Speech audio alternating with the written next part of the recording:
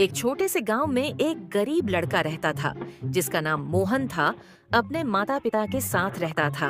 उनके पास कोई संपत्ति नहीं थी, बस एक पुराना घड़ा था जिसका वह रोज इस्तेमाल करता था। एक दिन मोहन जंगल में लकड़ियां काटने गया। अचानक उसने एक चमकता हुआ घड़ा देखा। घड़ा उसे देखकर बोला, मैं एक जादुई घड़ा हूँ। तुम मुझसे कोई भी चीज मांग सकते हो, लेकिन ध्यान रखना कि तुम ज्यादा लालची न बनना। मोहन हैरान था, लेकिन उसने सोचा और कहा, मुझे खाना चाहिए क्योंकि हमारे पास समय बहुत कम है। घड़े ने तुरंत उसे ताजा रोटियां, दाल और सब्जियां दे दी। मोहन ने खुशी खुशी खाना खाया और घर लौट आया। कुछ दिनों बाद मोहन ने सोचा अगर वह और अधिक मांगता तो उसे और भी चीजें मिल सकती हैं। उसने घड़े से एक महल और ढेर सारी दौलत मांगी, लेकिन घड़े ने उसे जवाब दिया। इसके बाद मोहन ने समझ लिया कि संतोष ही सबसे बड़ा खजाना है।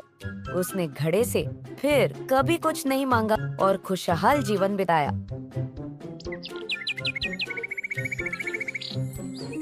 बहुत समय पहले एक छोटे से गांव में दो दोस्त रहते थे, राजू और रमेश। राजू एक बेहद अमीर घर का था, जबकि रमेश गरीब था। उसके पास बहुत कम पैसे थे और वह हमेशा किसी तरह से अपना पेट पालता था। राजू के पास बहुत सारी चीजें थीं, महंगे कपड़े, अच्छे खिलौने और बग्घी में घूमने के लिए घोड़े। वह हमेशा रमेश को अपनी अमीरी की चीजों से दिखाता था, लेकिन रमेश कभी भी न तो दुखी होता था और न ही उसकी कमी महसूस करता था। वह खुश रहता था क्योंकि उसका दिल साफ था और वह अपनी जिंदगी से संतुष्ट था। एक दिन गांव में एक बड़ा मेला लगा। राजू ने रमेश से कहा, चलो मेला देखने चलते हैं, मैं तुम्हें सारे खिलौने और मिठाइयाँ दिलाऊंगा। रमेश ने मुस्कुराते हुए कहा, तुम्हारी मदद की मुझे कोई जरूरत नहीं है, मुझे तो बस वहां जाकर वहां की हवा और खुशियां देखनी है। फिर भी राजू ने उसे जबरदस्ती मेला जाने के लिए मनाया। मेले में राजू ने उसे ढेर सारी चीजें खरीद कर दी, प्यारी सी गुड़िया, रंग बिरंगे गुब्बारे और स्वादिष्ट मिठाइयाँ।